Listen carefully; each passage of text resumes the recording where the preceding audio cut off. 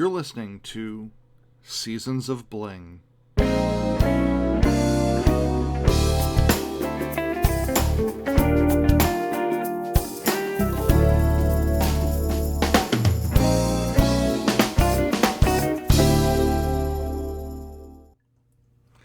Hey everyone, welcome to another episode of the Seasons of Bling podcast. My name's Bill Mason and I am the owner of Holidays Lane, where we sell hand-beaded sequin ornaments and decor for every holiday all season long. If this is your first time listening to one of my podcasts, welcome. This is, although it's on YouTube and a video, the kind of podcast that you can just hit play, sit back and listen. There's really nothing to watch on the screen. It's just going to be me talking for however long we're together. So if you are a crafter or an artisan of some kind, this could be a good thing just for you to play in the background as you are creating. And in today's episode, what I want to talk about is Halloween and Halloween decorating, some of the changes that I've seen over the years, and kind of where we are at today as it comes to Halloween decor. So, my favorite holiday from an experience perspective is and will always be Christmas.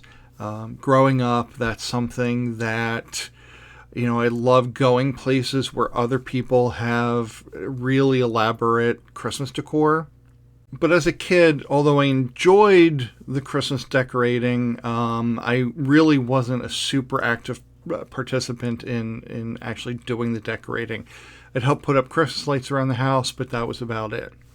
For me, Halloween was the big and first decorating, particularly outdoor holiday that I really got into. And this is going to go back quite a few years. So this is before you see things that are super popular now and much more accessible, more people are doing. I started off by doing the graveyard, the old-fashioned graveyard, where I would get pieces of plywood and I would cut out the tombstone shapes, put funny names on them, and then put them in the front yard.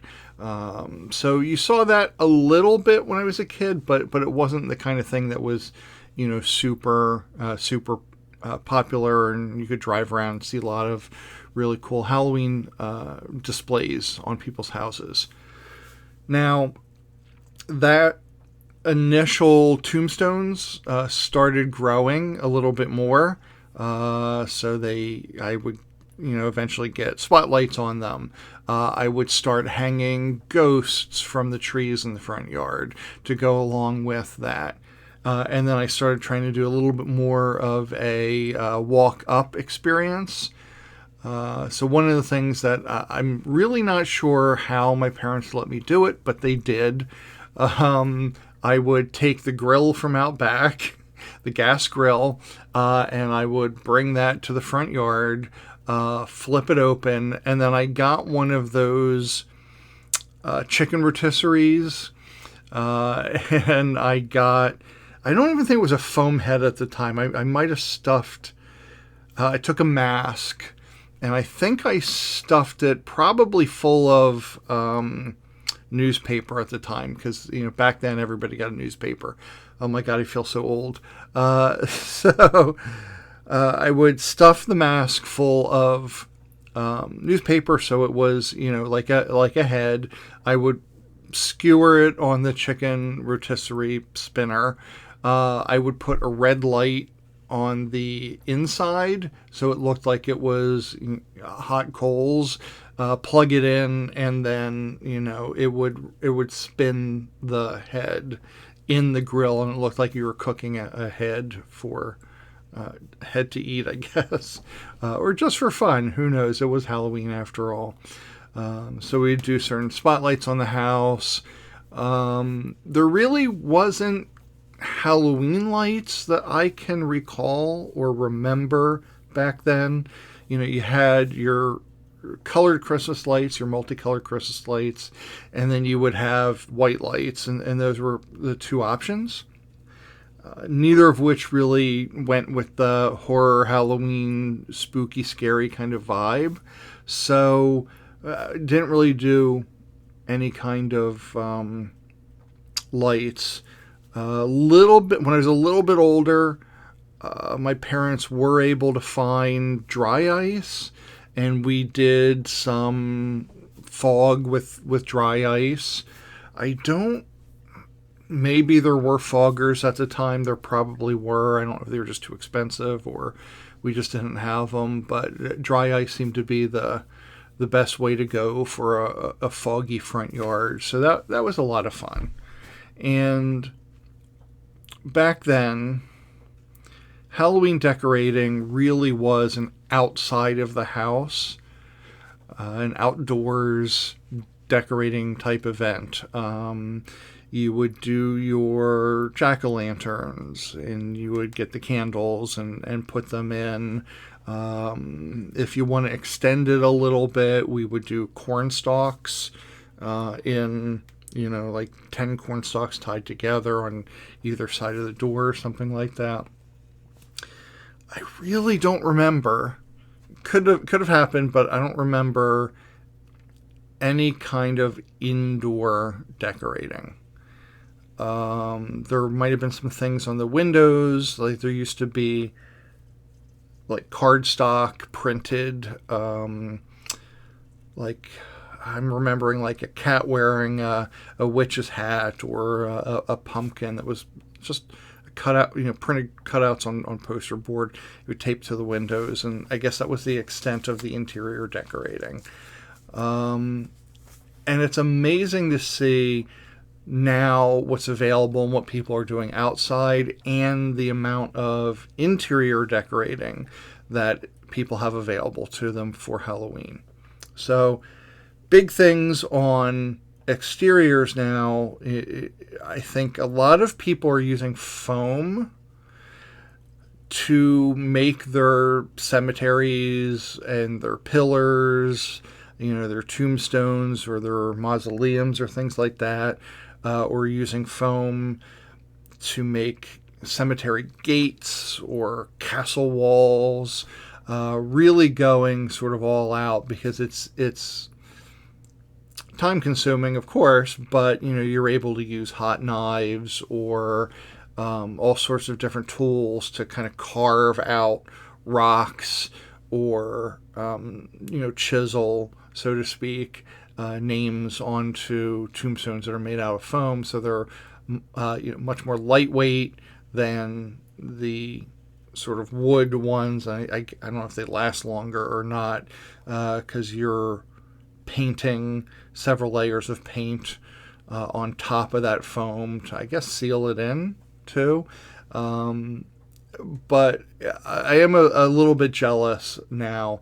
I don't have the yard space where I live to do any of that kind of outdoor decorating. I live in a row home, so I'm sort of limited by my big front window and a small amount of space in the sidewalk out front, or things that have to attach actually to the house itself, in what I'm able to do from a decor perspective. And of course, there's tons more lighting available. You can get strings of Christmas lights in solid colors. You can get solid reds, solid oranges, golds, greens, blues, whatever, purples, alternating purple and orange lights. The amount is just mind-boggling, and I absolutely love it. So the just leaps and bounds of what people's artistic talents are in doing those outdoor displays. What I think personally is the most exciting, though, is all the interior decor that is now available for Halloween. You got all of your pumpkins, your fall type decor, witchy vibe items, dark academia. Now that Edgar Allan Poe is in public domain. You have a lot of Raven type decor themes that are out there. You're seeing snakes. You're seeing kind of like mad scientist items. You have books that are about the dark arts that you can have up on bookshelves or on your coffee tables or things like that.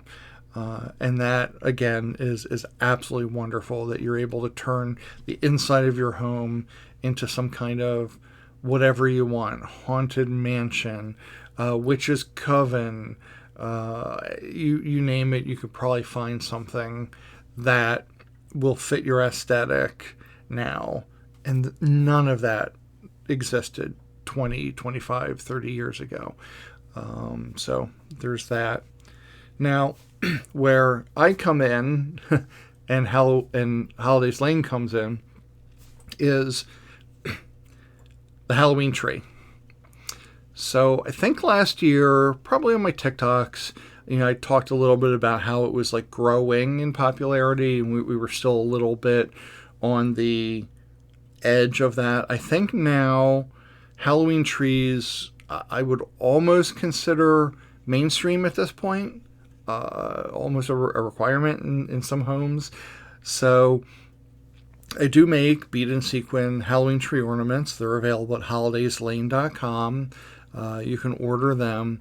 There's all sorts of different tree opportunities that you have available to pick from now that also weren't around several years ago. Now those tree opportunities, they vary.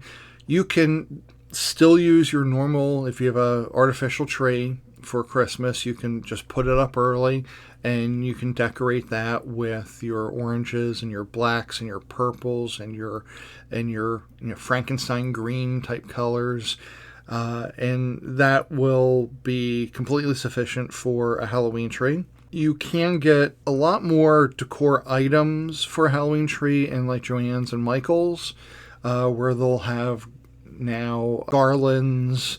They do have Halloween tree ornaments. If you have to get them there, fine. I obviously would prefer you get them from Holidays Lane, but they are available. And you can also get, like I was talking earlier about the lights, you could get a bunch of different light colors.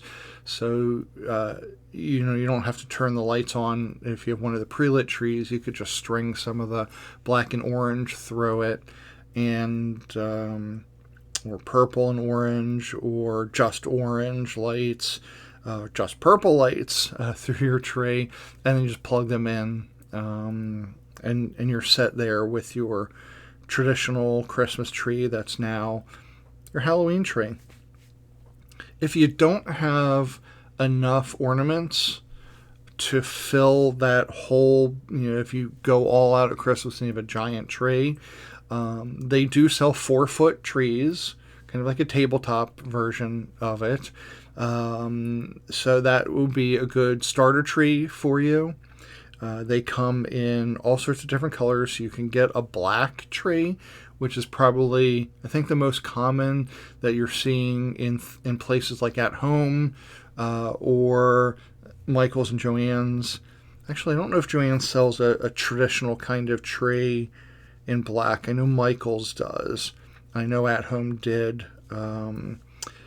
But the other option, other than a normal, I hate the word normal, a traditional Christmas tree, an evergreen tree, even if it's in a different color, is you can get like a winter gnarled branch tree. I've seen them at Joann Fabrics. I know you can get them online on Amazon. What I'll do actually is I will put links to a couple Halloween trees that are in that you can get on Amazon if you don't have a Michael's or an At Home near you. So I'll put a couple links to different types of trees in the description of this video here. What I like about the one on Amazon that I'll give the link to is that it kind of comes apart. So you have the tree, trunk, and you put in the branches that come out. So when you're done, you can just pop the branches out, and it's a lot easier to store it then, kind of flat. Um, and that's a really good starter tray. And not only could that be good on, you know, like an end table or something like that in the living room, you can put that as a centerpiece on your dining room table, and you can build a whole Halloween decor theme for your dinners. If you're looking for really cool dinnerware, if you also want to do themed dinnerware, I know Kirkland's has some really good black plates. They're usually on sale there. Sometimes you can get designs on them.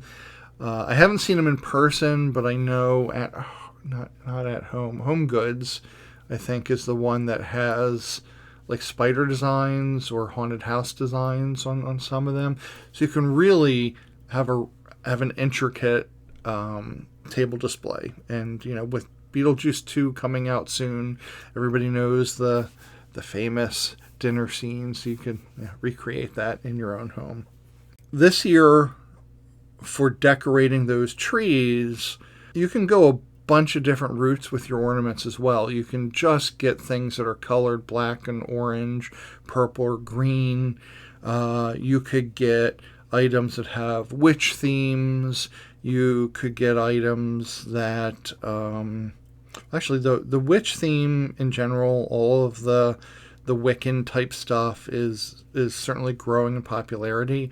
I have a feeling with Agatha All Along coming out in September, witchy Wiccan type items were already popular, but I think it's just going to explode even further this year with Marvel's Agatha All Along. If you're not familiar, Agatha Harkness was introduced in a series called WandaVision a couple of years ago.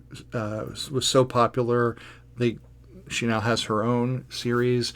And we're going to see a lot of what I'm gathering from the trailers is it's going to be similar to the way WandaVision was a different genre of television sitcom, going from the 50s, 60s, 70s, 80s, 90s, through to today.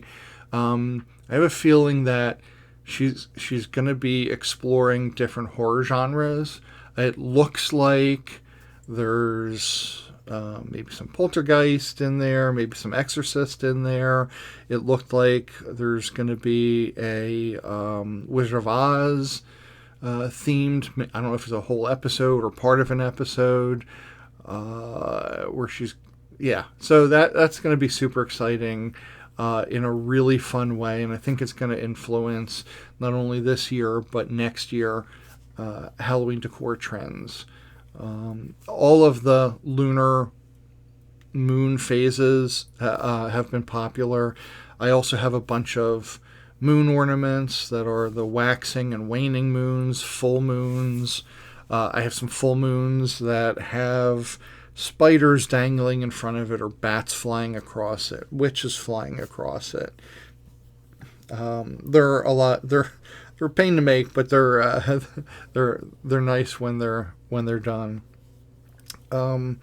So if you're thinking about dipping your toe into indoor Halloween decorations, head over to holidayslane.com/Halloween. You'll get to see everything I have available.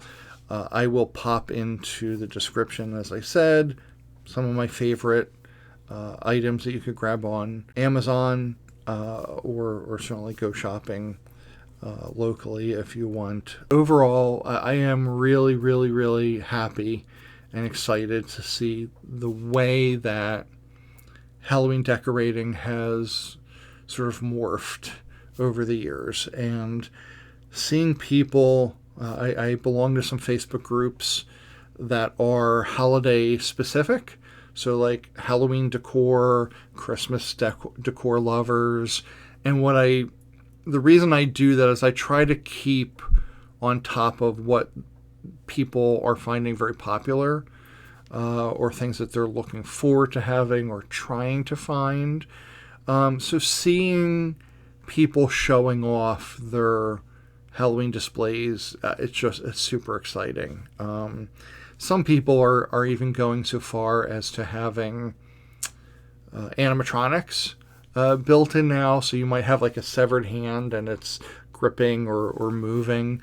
It has that kind of Walking Dead vibe to it, which is creepy and exciting. So hopefully this talk has given you some things to consider for yourself for your Halloween decorating. Hopefully there's a little bit of a spark of inspiration for you. And so make sure to like and subscribe, or like the video, subscribe to the channel, because I'm going to keep talking about, as the different holidays come through, giving you some more ideas about how you can decorate your home. In the description of this video, I also have a all holiday decorating inspiration blog. So holidayslane.com is the sales side of it, where you can buy the ornaments and decor pieces. holidayslane.blog is my blog. And then, obviously you can follow me on TikTok, Instagram, Facebook, whatever your favorite is. So thank you very much for listening, and I hope to hear from you soon. Let me know what your thoughts are in the comments, and I'll see you later. Thanks. Head on over to holidayslane.com. That's holidays with an S, where every day is a holiday.